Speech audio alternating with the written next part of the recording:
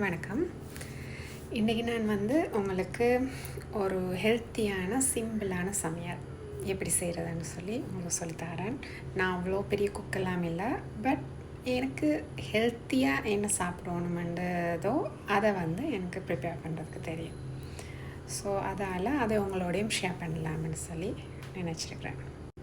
So அதுக்கு முதல்ல தேவை ஒயிட் பட்டன் மஷ்ரூம், அப்புறம் அடுத்தது அஸ்பரகஸ், அடுத்தது கொஞ்சம் வேர்க்கடலை, அப்புறமா வதக்கிறதுக்கு கொஞ்சம் ஆலிவ் ஆயில் எக்ஸ்ட்ரா வச்சுருந்தா நல்லா, அப்புறம் பிளாக் பெப்பர் அண்ட் முதல்ல மஷ்ரூமையும் அஸ்பரகஸையும் போட்டு நல்லா கழுவி எடுங்க.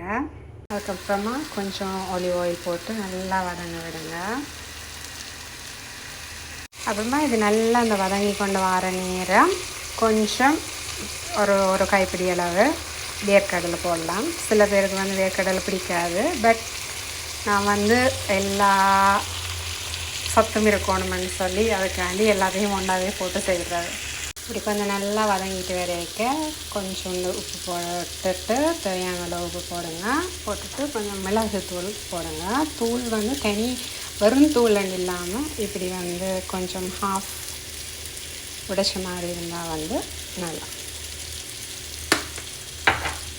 கொஞ்சம் நல்லா வீரத்துக்கு கொஞ்சம் நேரம் மூடி விடலாம். ஸோ இதுதான் அந்த மஷ்ரூம் அஸ்பரகஸ் டெவர். அதோட பீனட்ஸும் போட்டிருக்கேன். ஆனியன் காலிக்கெல்லாம் இல்லையான்னு சொல்லி கேட்காதீங்க, நான் அதெல்லாம் சாப்பிட்றேன் இல்லையான வழியாக ஜனனிக்கும் இல்லை.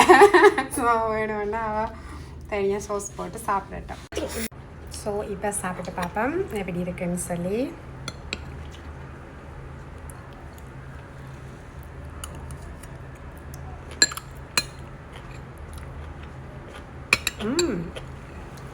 நைஸ்.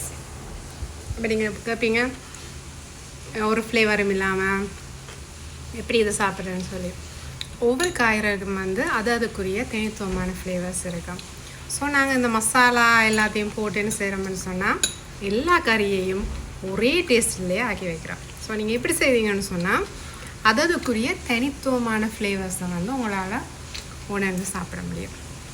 நன்றி.